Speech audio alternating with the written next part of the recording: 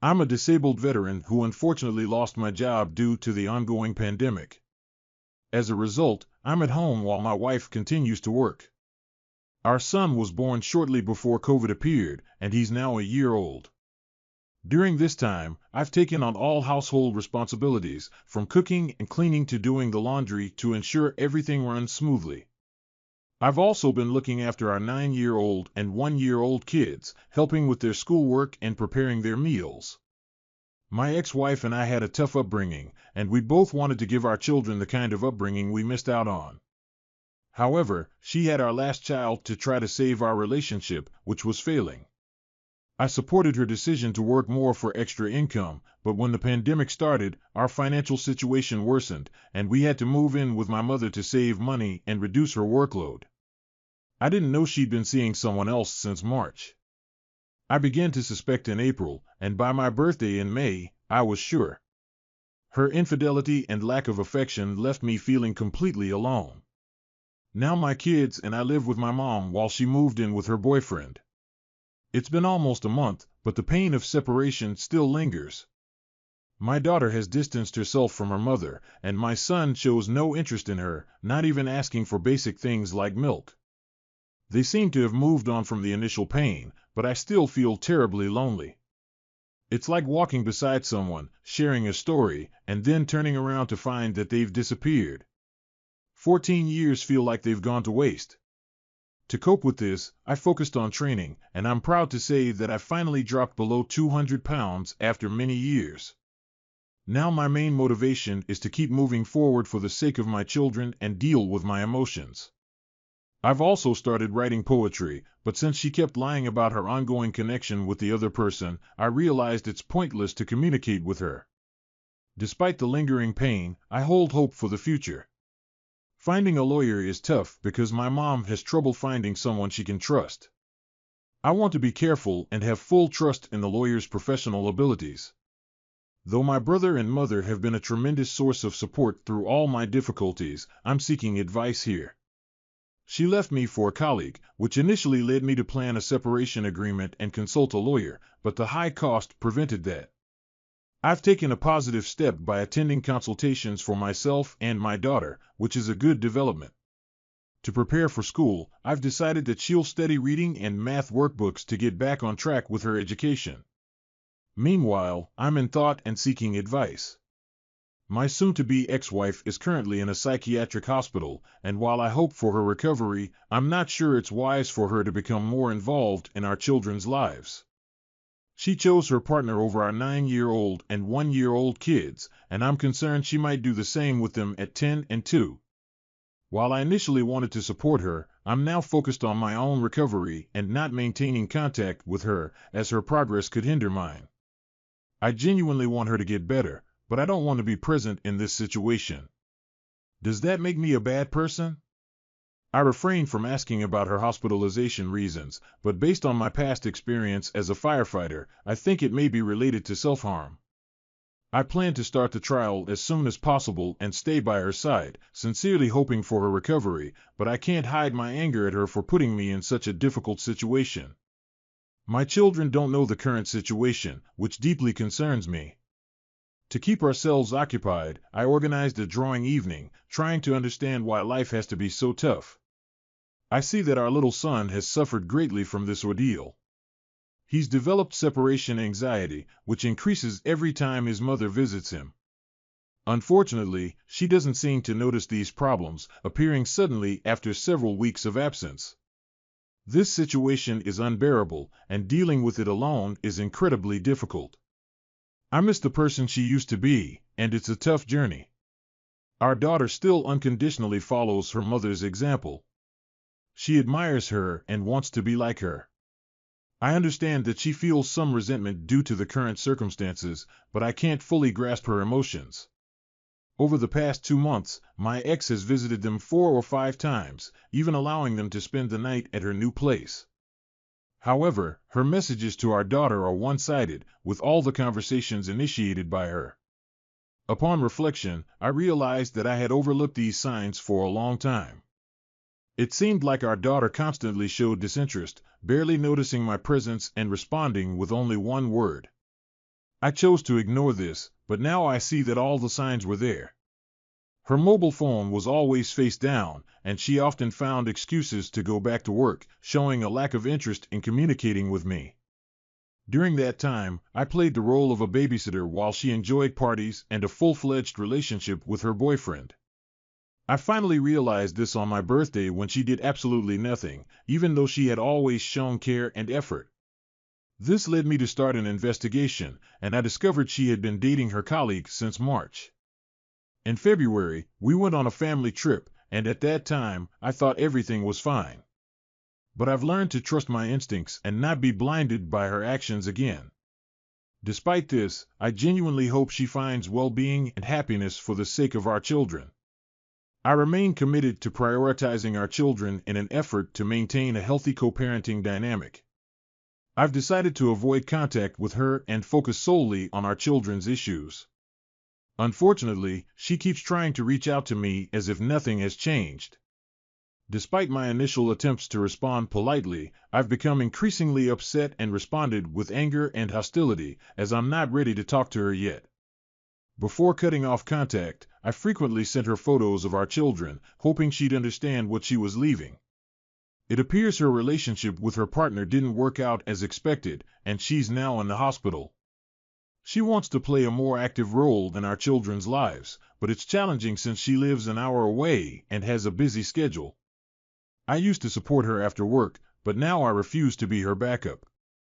I know my worth, and I deserve more than being someone's second or third choice.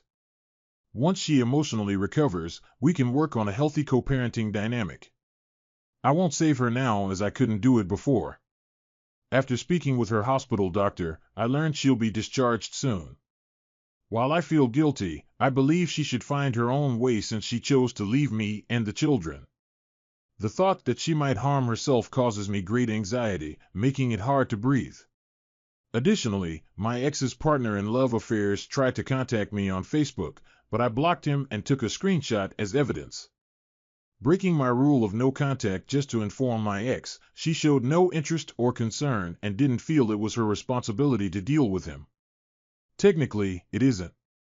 I hoped she would resolve this issue on my behalf, but instead, she explained at length how she was trying to improve the situation for the sake of our children. This incident taught me a valuable lesson: never break the no-contact rule, even if something hurts you. I've done well with this, maintaining a month of no contact. I'm still upset that a certain person is trying to follow me, but honestly, I don't care about him at all. My anger is primarily related to the consequences of my relationship with my ex, and such situations only hinder my progress. I'm consumed by deep anger and resentment towards the woman I once thought I'd love forever. Thoughts of her often visit my mind, and every time they appear, I utter curses after them. I'm not that kind of person, never harboring ill will towards others, but my ex-wife's presence makes me furious. The hardest part is maintaining a facade of consent in front of my children. Though I refrain from mentioning her, there are times when my daughter remembers her name, and in those moments, it takes all my strength not to speak ill of my ex and remain indifferent. I don't want the person she left me for to hinder my progress while he took my wife. I firmly decided not to let him obstruct my path. I'm determined to protect my emotional well-being from their interference. Despite them not being very pleasant people, I want them to stay away from me and my children. On weekends, my daughter and I enjoy movie nights, and during the week, my son and I go for daily walks while his sister is at school. Being a dad brings me great joy, but it leaves me with very little time for myself. My days are filled with training, and the only adult I truly trust is my Veterans Affairs consultant. Right now, my main focus is on treating post-traumatic stress disorder. My constant thoughts about my ex make it hard for me to concentrate on my responsibilities, especially in raising our children. It's painful to realize how taken advantage of I feel. In the past, I devoted so much to support her career climb.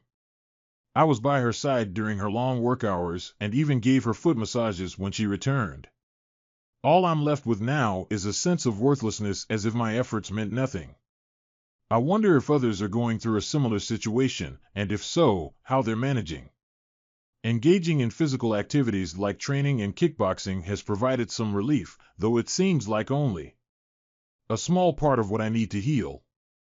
In an attempt to move forward, I registered on a match website, even though I recognize that I'm not emotionally ready for a new relationship. Recently, I made the decision to step out of my comfort zone and be more honest with myself. Recovering from infidelity is undoubtedly a tough journey. A few months ago, I came across a book called Stop Being Mr. Nice Guy, which delves into the white knight theory and ways to overcome it. Reflecting on my past actions, I can acknowledge that I fell into some of these traps, but I don't believe that my actions were solely driven by the desire to earn knight points. After my service in the Army, I continued to maintain the uniform and ensure everything was in order. It had become second nature to me, perhaps in the hope of easing my partner's work fatigue even just a little. Ultimately, I've always been someone who likes to solve problems and find solutions. With or without her, I feel that being considerate and helping others ultimately didn't benefit me. I've always been the kind of person who leaves a situation cleaner than I found it. While serving in the fire department, I lived with other guys and learned how to clean up after myself. However, I began to realize that maybe I was too kind. But is it a bad thing to appreciate kindness? Unfortunately, it seems challenging to come across truly kind individuals, but it appears to be common to encounter pain. It's disheartening to see my ex pursuing a new lifestyle, especially when after just 6 months, she's already seeking full custody of our children and spousal support. I'm eagerly anticipating the upcoming trial. Currently, my primary thoughts revolve around post-traumatic stress disorder, the well-being of our children, and my hidden anger towards my future ex-spouse. While I mainly focus on the first two, I wish for time to pass more quickly. I understand the importance of being present in the moment, but it's tough for me to shake off this feeling of emptiness within. Recently, my wife told me that our daughter had expressed an interest in self-harm due to a refusal to communicate with her. Throughout November, they didn't communicate. A few days later, a deputy sheriff called me, requesting that I surrender a firearm registered to my wife, as she's not allowed to have it. This situation makes me question whether my attempts at reconciliation are naive. Even though I removed the block after she revealed her thoughts about self-harm, believing that such statements should be taken seriously, we resumed correspondence. However, I suspect she's still spending time with her boyfriend and using this situation as a way to spend time with our kids. Given these circumstances, I understand the need to approach her words with caution and a great deal of skepticism. Despite this, I'm uncertain about the sincerity of her intentions.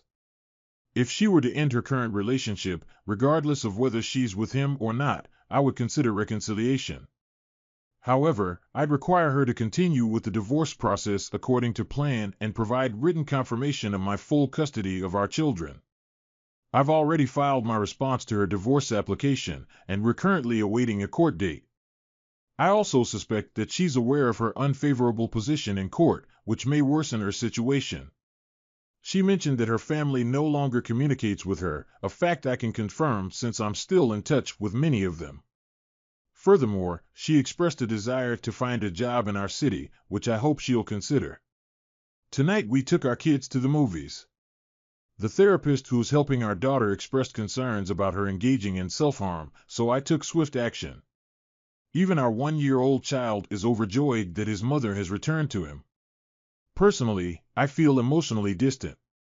On the flip side, I'm using the dating app Bumble, and while I've had some decent connections, nothing serious has developed.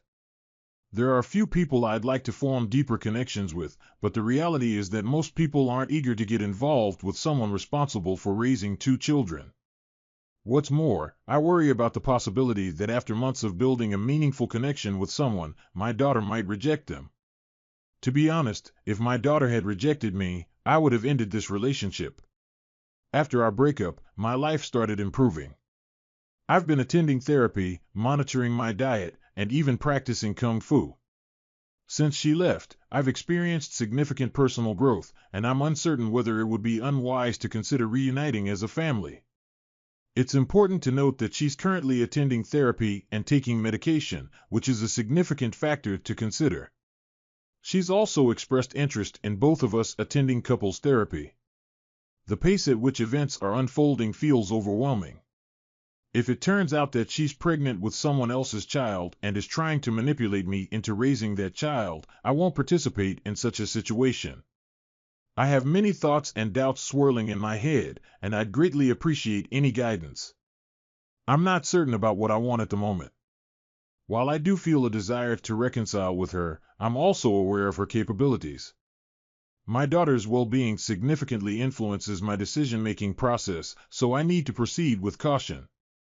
I can't make decisions based solely on emotions, but I must admit that my children's happiness is of utmost importance to me. If I had the opportunity, I believe it would be valuable to invest another 10 years in a relationship with my ex and put in a genuine effort. It's worth mentioning that although my ex is currently employed and I am not, my status as a disabled veteran with a low rating during our marriage has prompted me to seek help from veteran services. They recommended an increase in my rating, which could potentially lead to me earning more than my ex. In any case, such a rating increase would be highly beneficial for me. I tend to agree that becoming the primary caregiver for our children is the more likely outcome. However, given her recent attempts at self-harm and the fact that I had to hand over her firearm, I believe this strengthens my case for gaining more custody. It's not just about the children's well-being, it's also about the foundation I've worked hard to build. I'm on a positive life path with or without her, and I'm determined not to look back with regrets, feeling that I didn't do everything possible to keep my family together. She claims to attend therapy 3 times a week and take medication. In our 16 years of marriage, she never engaged in self-harm, but after our separation, she made 3 attempts. It's challenging for me to discern what to believe. She's aware of my past as a firefighter and the traumatic situations I often encountered. It's possible that she's using this knowledge as a form of manipulation. However, based on my personal experience, even if people don't resort to suicide, they often inflict severe physical harm on themselves. Memories of the blood I witnessed still haunt me, and the taste of copper remains vivid in my memory. It was incomprehensible to see a physically strong and muscular man brought to tears, standing in his undergarments, holding onto his wife. I was left in utter perplexity. I recently had a conversation with my daughter, and she expressed a desire for our family to become whole again, with all 4 of us together. I told her that I wouldn't be able to forgive her mother if she continued the relationship and advised her not to set her hopes too high. I've realized that if I continue with the current approach, completely cutting off all contact, it will also affect the children. It seems to me that my negativity towards their mother is evident and has an impact on them. She may not understand the immense effort required for reconciliation, but that's my concern. I can't allow my ex to dictate the pace of my progress, just as I can't allow my kids to determine the outcome. Restoring our family at this point necessitates me setting an example and taking the initiative. It's crucial to demonstrate to my children that I won't succumb to emotional manipulation. Reuniting with this woman won't fix our family, it will only worsen the situation. This thought has been haunting me. How will my daughter perceive the relationship if she witnesses it? The toxicity might persist, and if her mother leaves again, the consequences will be even more devastating. Additionally, my daughter might inadvertently attract the wrong people into her life because she has already encountered such behavior. On the other hand, this situation can serve as an opportunity to teach them that love is not perfect. It's not a typical romantic comedy scenario. But if my ex is genuinely seeking guidance from therapists, I believe we have a chance. Even if the likelihood of success is just 1%, I'm willing to attempt to restore our family. Of course, I understand perfectly well that all of this could backfire. I realize that if I don't make changes, and if she doesn't improve, our relationship is undoubtedly destined to fail. However, if she continues with therapy, takes her medications, and finds self-awareness, we have a chance to overcome everything in the future. When our children have grown up, and if we decide to go our separate ways, that's something I can accept. If we assume that we're raising them properly, following the values we've set, then I'll evaluate her actions to assess her character. She claims she's no longer involved with the AP, affair partner. She states that she's been undergoing therapy and taking medication since July, explaining that her recent lifestyle hasn't been as pleasant as I assumed and that she's been feeling sad for several months. I tend to attribute these events to her mental health disorder, so I believe it's necessary to consult with her therapist before considering the possibility of a real reconciliation. If she's diagnosed with bipolar disorder, or if it's confirmed that it was a major depressive episode and she expresses remorse, we might have an opportunity. But if she desires an open relationship, it's better for both of us to move on. I'm truly grateful for all of you for sharing your thoughts and perspectives, as it seems you all understand the pain caused by trauma. I've come to realize that she was using manipulation to push me towards reconciliation. She informed me that after our breakup, she made 3 attempts at self-harm, and currently, she attends therapy 3 times a week. In our individual talks and group discussions, she mentioned that she's taking medication. Even though I haven't personally spoken to her therapist, I suspect she might be struggling with high levels of depression and codependency. She expressed her intention to quit her current job and shared her desire to find a place nearby to spend more time with the children. She also mentioned how she feels a lack of family in her life. After a recent trip to the movies, she visited us several times, which brought great joy to our daughter. But this made me decide to break the period of no contact. The school psychotherapist is worried that my daughter might engage in self-harm, which is a result of issues stemming from her mother's rejection. On a positive note, my son seems to be doing well. But I can't help but miss her and wish to reunite our family. I remember how much she loved me, especially since we've been together since we were 18. Recently, she asked me out on a date, and although I agreed because she's making an effort, deep down, I understand that I'm not emotionally ready for this. It's important to emphasize that I'm committed to not having a relationship with her.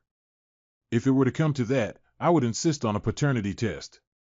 I won't be deceived or take responsibility for someone else's child.